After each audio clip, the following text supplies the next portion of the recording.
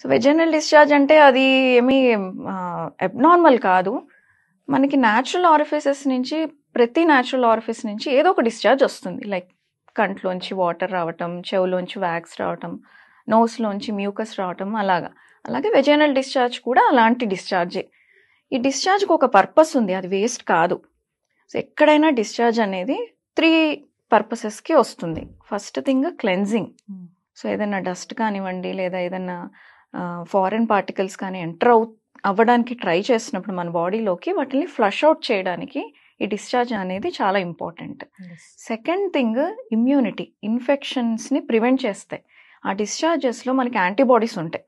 So ఈ antibodies వల్ల ఈ న్యాచురల్ ఆరిఫిసెస్ ద్వారా ఈ బ్యాక్టీరియాలు కానివ్వండి, వెజైనల్ నుంచి వెళ్ళే ఫంగల్స్ ఇవన్నీ కూడా ఎంటర్ కానియకుండా అది ఫస్ట్ లైన్ డిఫెన్స్, అవి ఆపేస్తాయి.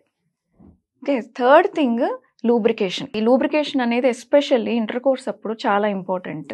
సో ఆ లూబ్రికేషన్ లేకపోతే ఏమవుతుంది అని అంటే ఆ ఇంటర్ కోర్స్ అప్పుడు చాలా పెయిన్ రావటం ఒకటి, తర్వాత ఫ్రిక్షన్ వల్ల కట్స్ వచ్చేస్తాయి. కట్స్ వచ్చి అవి మళ్ళీ సెకండరీగా ఇన్ఫెక్ట్ అవ్వటము, దానివల్ల ఇంకా ప్రాబ్లమ్స్ వస్తాయి. సో ఈ 3 functions vaginal discharge, any discharge ఆ మాటకు చెప్పాలంటే ఈవెన్ కంట్లో వచ్చే వాటర్ కూడా ఇవే 3 ఫంక్షన్స్ చేస్తాయి.